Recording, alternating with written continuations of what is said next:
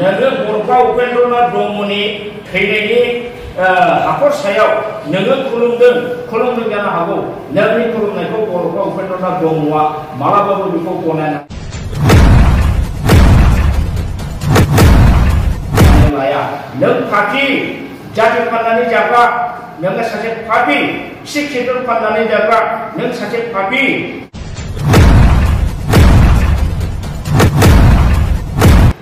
अत्यन्त पापाव नोङो दिनै गोदोबाय आरो बेनि प्रायश्चित्त हिसाबै नोङो दतमा समस्थियाव दारायनानै नोङो जेनगोन बे खाफा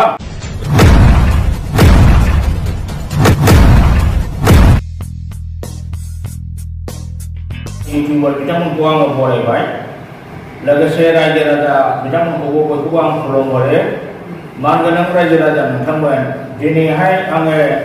जोंनि अल बड' सिनियर सिटिजेन्स फरामनि जानानै दतमा समस्थिनि सायाव माखासे बाथ्रा बुङो। मैया 2 तारिख सेप्तेम्बरनि लास्ट नेसन होनायनि तारिखमोन। दा मैयानि दिनाव जों नुनो मोनदों दतमा 8 नं दतमा समस्थियाव इउपिपिएलनि बिजाथि हिसाबै मिस्टार प्रमद बर'आ दतमायाव नमिनेशन होनायखौ जों नुनो मोनदों। दा बिथांनि बे नमिनेशन होनाया जोंनि दतमा ओनसोलबासिनि रायजो राजानि थाखाय जोबोद लाजिथाव आरो दुखु मोनथाव जादों। बोले दतमा ओनसोलाव केन्डिडेट जानायनि जग्यता मानसि गैया नामा जे जायनि फलाव तामुलपुरनि प्रमद बर' बायदि मानसियासो दिनै दतमायाव माने नमिनेशन होफैनाया बियो दतमा ओनसोलनि बर' हारिनि गासिबो रायजो राजा आरो दतमा ओनसोलनि दैदेनगिरिफोरखौ अपमान खालामनाय जादों। दिनै प्रमद बर'खौ आं बुंगोन जे बिथाङा दतमा बादियाव सालानि ना बिथाङा बाहेरा आउटसाइडार बियो दिनै दतमायाव नमिनेशन होनायनि बेहा नैतिक अधिकार गैयामोन। मानो नैतिक अधिकार गैया बेखौ आङो बुंनो लुबैयो जे बिथाङा दतमा जोंनि बर' हारिनि गेदेमा बर'नि बिफा उपेन्द्रनाथ ब्रह्मआ दतमायाव जोनोम लानाय। दा बे दतमा होननानै बुंब्ला दुलाराय बर' फरायसा आफाद आरो गासिबो दैदेनगिरिया जोंनि बे दतमा ओनसोलावनो गोबाङा जोनोम लादों। दा बे हिसाबै दतमाया मोनसे आलादा नाम थानाय जायगा। दिनै बे दतमाया बर'फोरनि गेजेराव मोनसे आलादा नाम थानाय जायगायाव खम तामुलपुरनिफ्राय फैनानै बिथाङा नमिनेशन होफैदों। बियो आउटसाइडार आरो बिथाङा माने नैतिक अधिकार गैयामोन। मानो गैया होनना बुङोबा बर'फा उपेन्द्रनाथ ब्रह्मनि जेसेबां आदर्श नीति दंमोन आइडियोलजि आरो प्रिन्सिपल दंमोन बेखौ बिथाङा दिनै फाननानै जाजोब्बाय। दिनै बर'फा उपेन्द्रनाथ ब्रह्मनि थांखिया सेपारेट स्टेट बिनायमोन। सेपारेट स्टेट बिए आन्दोलन जानानै जोबथारनायाव बिएलटिनि जंगि आन्दोलननि दारै जोङो BTC six schedule autonomous district council बेखौ जोङो मोननो हादोंमोन आरो बेवहाय जों जथेस्थ पावार एन्ड फांसन जों मोनदोंमोन। नाथाय बिथाङा बे प्रमद बर'आ दिनै आरएसएस बा बिजेपिनि एजेन्ट जानानै हिमन्त बिश्व शर्माजों लोगो जानानै बिथाङा दिनै बे बिटिसि सिक्स शेड्युलखौबो धंस खालामबाय। बर'फा उपेन्द्रनाथ ब्रह्मनि आदर्श नीतिखौ बिथाङा धंस खालामबाय। सेपारेट स्टेट डिमान्डखौबो दाखालि 2020 नि 27 जानुवारियाव जेनाखि बिटिआर एग्रिमेन्ट खालामदों बे बिटिआर एग्रिमेन्टनि दारै final and comprehensive solution while keeping intact the territorial integrity of Assam होननानै रायजो बिलाइखौ जाल्दाब गारदों। दा बेबादि हारिखौ बिश्वासघातक खालामनाय हारिखौ थगायनाय हारिनि रायजो मोनखानाय सिक्स शेड्युल बिटिसि काउन्सिलखौ फाननानै जानाय दा बे हिसाबै बे थगायसुला हारिनि रायजो मोनखानायखौ फाननानै जाग्रा प्रमद बर'आ दिनै दतमा बादियाव फैनानै बे जानाय फैनाया जोंनि बर' जातिखौ बे अपमान खालामदों आरो बे साजा निश्चय मोनगोन। आंहा फोथायनाय दं बर'फा उपेन्द्रनाथ ब्रह्मआ बे गावनि आदर्श नीतिखौ फाननानै जाजोबनायनि धंस खालामनायनि बिटिसि सिक्स शेड्युलखौ धंस खालामनायनि प्रमद बर'आ जि फाद जाबाय आरो उपेन्द्रनाथआ बिथांखौ निश्चय सावहोगोन आरो बिनि सावाव प्रमद बर'आ जलबदब गोलैगोन बियो जेनगोन खुनु दिनबो देरहानो हाया। दिनै बिथाङा दतमा बादियाव दादागिरि देखायनानै दतमा समष्टिनि बाहेरानि गोजान गोजाननि गोबां हाजार हाजार गारिजों मानसि आमदानि खालामनानै बिथाङा दिनै नमिनेशन हैदों। दिनै बिथाङा गावनि बे नमिनेशन होनाय आरो दतमा समष्टिनिफ्राय जे गेलेदों भट गेलेनो नागिरदों बेखौ देरहासार जानो थाखाय बिथाङा ब्रह्म मन्दिराव कालीचरण गुरुदेवनि ब्रह्म मन्दिराव बिथाङा जयग होनानै नमिनेशनखौ हैदों। आं बुङो नों हाजारखि जयग हुआ नों हाजारखि खुलुमा नोंनि पापा जातिखौ थगायनायनि थाखाय ओरैबायदि नोङो हाबनांबाय नोंनि पापा बेबायदि जयग खनसे खननै खनथाम खननै होनायजों नोंनि पापा मालाबाबो जोबनानै थाङा नों मुक्ति मोना। नोङो बरपा उपेन्द्रनाथ ब्रह्मनि थैनायनि हाखर सायाव नोङो खुलुमदों जानो हागौ नोंनि खुलुमनायखौ बरपा उपेन्द्रनाथ ब्रह्मआ मालाबाबो बेखौ गनायनानै लाया। नों पार्टी जाति फाननानै जाग्रा नोङो सासे पापी सिख सेक्टर फाननानै जाग्रा नों सासे पापी अत्यन्त पापाव नोङो दिनै गोदोबाय आरो बेनि प्रायश्चित्त हिसाबै नोङो दतमा समष्टियाव दारायनानै नोङो जेनगोन बे खाफाम। जोंनि दतमानि रायजोआ दा बिपिएफआव जों नुयो ओरैबायदि मजबुत बेखौ लरसर खालामनो प्रमदनि बिबुं फैबाबो हाया होननानै आङो दिनै बुंदों। जोंनि दतमानि रायजो राजाया एथ' मूर्ख नङा गुबुन जायगानिफोर बायदि मूर्ख नङा जे नोंखौ दिनै भट होनानै देरहा होगोन। आरो आङो बुंनो लुबैयो नोंखौ दतमायाव सोर लाबोखो लाबोग्रायासो। आंथ' सानदों बेनि मेन सालाखिया इउजि ब्रह्म उरखावगोरा बिथांनि बे जाय इउजि ब्रह्मआ दिनै माने इउपिपिएलखौ सिङाव थानानै जे सालायगासिनो दं। नाथाय आं बेखौ होनगोन इउजि ब्रह्मआ प्रमद बर'खौ दतमायाव लाबोदोंब्लाबो बेखौ देरहाहोनो थैब्लाबो हाया। दिनै दतमा ओनसोलनि रायजो राजा साफ्रोमबो बोराय बेन्थ ओरैबायदि जों खौसेयै दा माने आवगायनानै दङ बेखौ प्रमद बर'आ खुनुदिनबो नोङो बे देरहासार जानो हाया। दिनै प्रमद बर'खौ आं बुंगोन जे नोङो दिनै मोनसे नङा मोननै एबसुआव थानाय समावबो एबसुनि प्रेसिडेन्ट समावबो नों जातिखौ थगायबोदों। दिनैबो नोङो राजनितिखौ फैनानै बिटिसिनि सिएम जानानै माने दुलाराय बर' जातिखौनो नों थगायबोदों। नों थगायै मा दंबावो नोङो आइजोफोरनो 75,000 सेल्फ हेल्प ग्रुपनो होनो होनदोंमोन बे गैया। नों दिनै न'खर न'खर साख्रि होनो होनदोंमोन दिनै नोङो गैया। दिनै नोङो बुंदोंमोन बन फाननानै जाग्रा आइ आफाफोरनो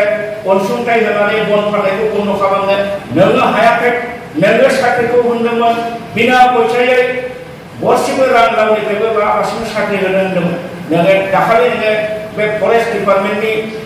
फरेस्टार ग्रेड 1 आरो फरेस्ट गार्ड आरो बे माबा डिसिडिसिनि सेक्रेटारि बेवहाय नों मा केलेंकारि खालामखो लाजिनो मोनाखै नोङो मानि फरेस्टाराव माने 8 लाख आरो जों खोनानो मोनदों 8 लाखनिबो बांसिन लादों होननानै सोरनावबा 20 लाख गाहाम बिदोंमोन होनो हायैनि थादों। होमबा नोंनि बे जाख'नाय गैयै सरकार दानाय जाख'नाय गैयै खामानि मावगोन होननाया जाय दाखालि मा जाखो लाजियाखै नोङो। आरो नोङो दिनै इलेक्सन मोननै समस्थियाव जालायबावदों। आं बुंगोन नोङो दतमायावथ' थैब्लाबो देरहाखाया तामुलपुरनि गयबारियावबो नोङो एबार देरहानो हाया। नोंनि आयुआ बे 5 बोसोरानोसै बाहाय नोङो जानानै लानांगौ लाखाबाय जाख'खाबाय नोङो आरो नेक्स्ट टाइमाव दिनै बिटिसि बासि रायजोआ नोंखौ दुनायै माने शिफ्ट खालामनायाव बा नोंखौ सायख'नायाव गैया। आरो आं बुंगोन नोङो नंखाय बिटिआर सुक्ति खालामनानै हिमन्त बिश्व शर्मानि नाजानायाव नंखाय बिटिआर सुक्ति खालामनानै बिटिसिनि गासिबो माने पावार एन्ड फांसनखौ नोङो डेस्ट्रय खालामदों। बेनिफ्राय देरसिन मा पाप दं? बर' हारि एकदम माने सादा बुसा बे जातिया बहुत आन्दोलन खालामनानै थै गारनानै हाजार बुग्लि जानानै जेल जानानै हाजार हिन्दुफोर जेनाहारि जाय बिटिसिखौ नोङो दिनै ध्वंस खालामबाय। बिटिसिनि पावार फांसनखौ नोङो फोजोबनानै दिनै बिटिसिखौ सिम्पल मोनसे माने काउन्सिलाव नोङो परिनत खालामबाय सोलायलांबाय। दा बेनिफ्राय देरसिन बर' जातिखौ थगायनाय मा पाप दङ? प्रमद बर' लाजिया नोंखौ बेबायदि थगायनो होननानैसो दिनै एबसुआ नोंखौ आफादगिरि खालामदोंमोन नामा? नोङो सासे जा बर'मोनबा नोंथ' बेखौ मावनो हायामोन। नोंथ' सासे बिराद थगायसुला आरो नोङो jadi harsa Hindu haba bangane nenge magat coba sentimenan nenge harsa nenge santai konai maunai damai harsa nenge harsa kuku dari bangsit kota nota hanane harsa pani takai nenge kamani mawasano boru pani mentai boru pani mana jadi ke mentai nomor kamu kata mana beku dari perjalanan kamera senarong dari si cedul ni tribal ni kasa mana giles tradipil Fiji atau gunung dari bukan hari ini non qualified masih pun negara hak nak tangga sendong lajar kan hak nanai hak nanai negara gaul vote ada kalau negara kaya hak satu jen mudah menjadi negara behak nanai kamani ko kaya kan ada tahu kom sama ini bicara lak masih negara hak terhadap mana negara negara ras itu hak kurun kalau negara itu kerja jadi ada ni negara Gopone 3,600 biga haku hanai mendengar, dari lain jadi anggur salam nanti, betul nak saya memba dari adanya 3,600 biga haku, jadi lamanya kasih pun, dah beda dengan sini UPPL hari Sriwijaya, dari UPPL hari Sriwijaya, mana di sini power control dari pendirian fast person ini dia, jadi ini dia aku buru ni cina, ini dia anggur dengan hasilnya dia 90% orang nak. Guru ni dia 10% dong. Nengi jawab harsa, makanya jawab harsa itu priority. Jadi dengan mel ni kita kami gabung program kami sakati pakati dengan malah dengan guru masih guru apa ya? Kalau harsa masih guru sakati ulang ada soli, harsa masih dengan rakyat nani polisi daya dengan harsa masih guru ada dengan sentrum lain. Nombor guru dengan hari sibisula, nah hari ini mereka dengan jadi kau pemain pandai jaga, lajian ni, jadi yang kau pemain guru pandai jaga pemain dan kau share ada. Nanti dakani ma, pas keseluruhan Cina ni jamai, हजार कोटी थाखा जोङो माने बाहेरानिफ्राय मानसि लाबोनानै nomination नंखाय nomination हाबायाव मानो 1000 2000 ता गारि मानो भारा लाबाय तामाने नोङो दतमानि मानसिखौ गारि घोड़ा मानसिजों श' खालामनानै थगायनानै सिगिनानै धमकी होनानै भट मोननो आदाय खालामनानै नोङो पुलिस लादों नङा होमबा नोङो जे भट जोंहानाय ओरैबायदि शक्ति दं दानि उल्खावग्राया आगोलाव बुंखादोंमोन जे जोङो ओरैबायदि रेलि खालामगोन ओरैबायदि मानसि जमा खालामगोन बेखौ नुबानो बिपिएफनि मानसिफ्रा गिनानै फावसयजोबखागोन बे होननाय बाथ्राखौ दिनै नोङो मैया नमिनेशन खामानियावनो नोङो खालामनानै दिन्थिबाय दा नोंसिनि बे उल्खावग्रा आरो बे प्रमद बर' नोंसिनि बे सालाखि पलिसि जातिखौ थगायनानै माने फाननानै जानायनि जे पलिसि दिनै खुनु रायजो राजाया बुजि बाखि गैला नंखायनो नोंसिनि इउपिपिएलआ दिनै माने थैनो जोबलांनो थांगासिनो दं दिनै उल्खावग्राया सानसे बुंदोंमोन जे जोंहा बिजेपिजों जुजिनांगौ गैया फेक्टर नङा जोंहा बिपिएफजों जुजिनांगौ गैया फेक्टर नङा बिपिएफआ कंग्रेसआ जोंहा कंग्रेसजों जुजिनांगौ जेबो गैया फेक्टर नङा जोंना जुजिनाया इउपिपिएलआ इउपिपिएल जोंनि इउपिपिएलआ इउपिपिएलजों जुजिगोन दिनै बे बाथ्राया दिनै फोरमान जाबाय दतमा बादियाव साबा स्ट्रं केन्डिडेट दंमोन ओरैबायदि नाख्रा खुन्था जुजिदों जायखौ नोङो सिद्धान्त होनो हायाखै नोङो हाइकमेन्ट हिसाबै हाइकमेन्टनि दायित्वखौ लानो हायाखै बे नोंनि फेलार You are totally failure Pramod Boro being the president of the UPPL. नोङो दतमा बादियाव सासे जयगथा गोनांखौ नोङो बासिनानै होनो हायाखै दा बेखौ सान्स लानानै नोङो गावसोरखौबो नमिनेशन होबाय नों प्रमद बर' थगायसुला दा दिनै आङो दुलाराय बर' फरायसाखौबो बुंगोन दिनै दिपेन बर' नोंनि शिशु प्रमद बर'नि शिशु दिपेन बर'नि शिशु दा जों नुबाय फनेन्द्र बसुमतारी बिथां फनेन्द्र बसुमतारी बिथाङा एक्सुअली जेनेरेल सेक्रेटारि जानानै बिथाङा माबोरै हाग्रामा महिलारिखौ एबार जेनगोन बियो गभर्नमेन्ट दानो हाला आरो देरहायोबाबो एमसिएलए जानानैल' थानो हागोन माबोरै बेबायदि बुंनो हागोन फनेन्द्र बसुमतारीया सासे एक्सुअल जेनेरेल सेक्रेटारिया बियो नन पलिटिकल अर्गानाइजेशननि मानसिया माबोरैहाय हाग्रामाखौ माने 5 बोसोराव खनसेबो एसेमब्लि गायाखै एबार एमसिएलए जायोबा बियो माबा नैबे मबाइलाव नोंथांमोना खोनासं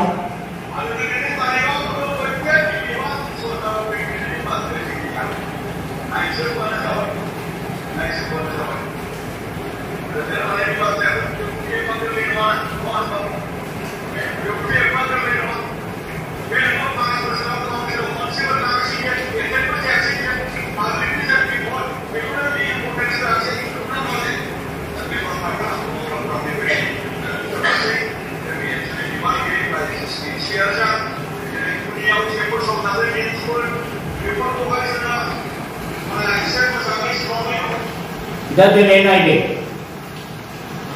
बिथां खनिन्द्र बसुमतारिया प्रमद बर'नि खोथाखौनो बुंबाय प्रमद बर'आसो बुंदोंमोन जे हाग्रामा महिलारिया 5 बोसोराव खनसेबो एसेम्बलि गायाखै दा बे हिसाबै प्रमद बर'आ हाग्रामाखौ सोंखारिदों दिनै बे प्रमद बर'नि बाथ्राखौ एखे रावै खनिन्द्र बसुमतारिया माबोरै हाग्रामाखौ बुजियो बेनिफ्राय मा फोरमान जायो रायजोफोर बेनिफ्राय बेनो फोरमान जे 100 आरो इउपिपिएलानो 100 फाइसा गरसेनि ओरैहाय इउपिपिएल ओरैहाय 100 बेनो स्पष्ट थांनाय एमपि इलेक्सनावबो माने जयन्त बसुमतारी नामै 100 आसो केम्पेन खालामदों इउपिपिएलआ गुबुन इउपिपिएलआ मिटिं खालामनो बिसोर साहसखौनो मोनाखैमोन नाथाय 100आ आवगाय रायजोफोरनि मिटिं खालामै भट बिदों थाखा फैसा रानदों बेबादिजों बिसोरो जयन्त बसुमतारीखौ देरहाहोदों दा जों बाहाय नुबाय फैगोन बिटिसि इलेक्सनावबो 100 आसो दिनै इउपिपिएलनि जानानै केम्पेनाव ओंखारगोन आरो बे खोथाया खनिन्द्र बसुमतारीनि बे रावनिफ्राय स्पष्ट जाबाय अब्ला जोंहा दिनै रायजो राजाया दिनै बुजिनो बाखि गैला जे 100 आनो इउपिपिएलआनो 100 आरो बे जिनिसखौ दिपेन बर' बिथाङाबो आगोलाव श' खालामखादों दिनै 100 खौ निउट्रेल मोनसे नन पलिटिकेल अर्गानाइजेसन बुंनायनि जेबो लामा गैला थांनाय बाराव एमपि इलेक्सनाव दिपेन बर'आबो बिजेपिनि जानानै हेलिकप्टारजों थांनानै बहुद ओनसोलाव माने रायजोफोरनि भट बिहैदों आरो दिनै खनिन्द्र बसुमतारीयाबो गावसिनि केडार 100नि वार्कारफोरखौ माने ओरैबायदि सोगोमबाय बोले कनसियास जा मोजाङै खबर ला खामानि मावनांगौ इउपिपिएलनि थाखाय बे धरननि बिथाङा सेंग्राफोरखौ उन्दैफोरखौ पलिटिकेलाव इनभल्भ खालामनायनि खोथाखौ बुंबाय दा बेफोरबादिया जोंनि बर' हारिनि थाखाय बेयो मोजां लैखोन जाखो ना गाज्रि लैखोन जाखो अर्थात 100 आनो डाइरेक्ट पलिटिक्स दिनै बेबादिखायनो दिनै 100नि शक्तिया दिनै जेरैबादि जानांगौमोन बेबादि गैला दिनैनि दिनाव 100खौ रावबो दाम होला बेबादि पलिटिकेलाइज एक्टिभिटिस देखायनायनि थाखायनो दा नंखायनो आङो खनिन्द्र बसुमतारी बिथांखौ बुंगोन नोंथांमोनहा 100 जानानै इउपिपिएलनि खामानि माने नोंथांमोनहा मावनो नाङा नोंसोरो नन पलिटिकेल अर्गानाइजेसन नन पलिटिकेल हिसाबै था दिनै प्रमद बर'नि रावखौ नोङो बोरै बाहायनानै दिनै हाग्रामा महिलारिखौ नोंथाङा बुंनो हागोन नोंथाङा बुंदों गभर्नमेन्ट आया आं बुंगोन এইবার हाग्रामा महिलारिया 25 बारा माने एनसीएल देरहानानै बीपीएफआ गभर्नमेन्ट जादों आरो नोंसिनि इउपिपिएलआ बे 5 बोसोरानो फार्स्ट आरो लास्ट आरो इलेक्शननि उनावहाय इउपिपिएल पार्टी हिसाबै थानाय नङा आं बेखौ बुंगोन आरो जोंनि दतमायाव प्रमद बर'आ कुनुदिन बे देरहानो हाया बर'फा उपेन्द्रनाथ ब्रह्मआनो बेखौ सावहोनानै जोख्लायखागोन मानि थाखाय बर' जातिखौ थगायनायनि फिथाइ हिसाबै बर'फा उपेन्द्रनाथ ब्रह्मनि आत्मा अन्तर आत्माया निश्चय गाबख'नानै दंखायो बेखौ एबार दतमा समष्टिनिफ्राय जोख्लायनानै हाखराव गोलैहोगोन दा आङो दिनैहाय जे प्रमद बर'आ दतमायाव अनधिकार सर्सा आनअथराइज भाबै दतमानि मानसिखौ आसिमा खिथानानै दारायफैनायनि थाखाय आङो बे बाथ्राखौ बुंनाय जाबाय आरो दतमायावबो माखासे मूर्ख मानसिफोर दङ इउपिपिएलआव जाय ओंखारदों दतमा ओनसोलनिया गासिबो मूर्ख होनना बुंजायो बिसोर जिबनाव बिटिसि सुक्तिनि दफा फरायफेराखै बिसोर जिबनाव बिटिआरनि सुक्तिनि दफाफोरखौ फरायफेराखै बिसोरनाव जेबो सिक्सनि नलेज गैया बिटिआर एग्रिमेन्टनि जेबो नलेज गैया बा ब्लाइन्डलि दतमा ओनसोलनि माखासे खुरिया मानसिफ्रा थाखा मोनजानायनि लबाव रुलिं पार्टिजों थानांगौ होननानै सापर्ट होनानै दङ बेबादि मूर्ख दतमानि माखासे रायजो राजाया बुजिस'नो हायैया जाय उपेन्द्रनाथ ब्रह्मनि आदर्श नीति मिथिया जाय उपेन्द्रनाथ ब्रह्मनि सान्थौखौ मिथिया बेफोरबादि सुबिदाबादि गावनि व्यक्ति स्वार्थखौ नायग्रा माखासे मानसियाबो दिनै इउपिपिएलआव ओंखारनानै दङ नोंथांमोनखौ आङो दुलाराय बे बिटिसि गुबुन गुबुन जायगानि मानसिफोरखौ आङो खावलायगोन जे नोंथांमोना दतमायाव फैनानै नायफै सार्भे खालामफै इउपिपिएलआव सोरबादि मानसिया दिनै दतमायाव इउपिपिएलनि सापर्टार जानानै दं नोंथांमोनहा नुनो मोनगोन दा दिनै प्रमद बर'आ थाखानि बोलोजों बाहेरानिफ्राय हाजार बिजार गारि घोड़ा लाबोनानै नंखायखौनो हख्राव होनानै माने बिपिएफनि मानसिफोरखौ सिगिनानै माने भट मोननायनि खायदा लादों बे 2 नम्बरनि खामानि आरो 2 नम्बरनि खामानिया मालाबाबो साक्सेस जाया रायजोआव दा दिनै आं बेखिनिखौनो प्रमद बर'आ दतमायाव केन्डिडेट होफैनायखौ खुदिनाय देखायनानै बिथांनि एगेन्स्टै आङो माखासे बाथ्राखौ बुंनाय जाबाय।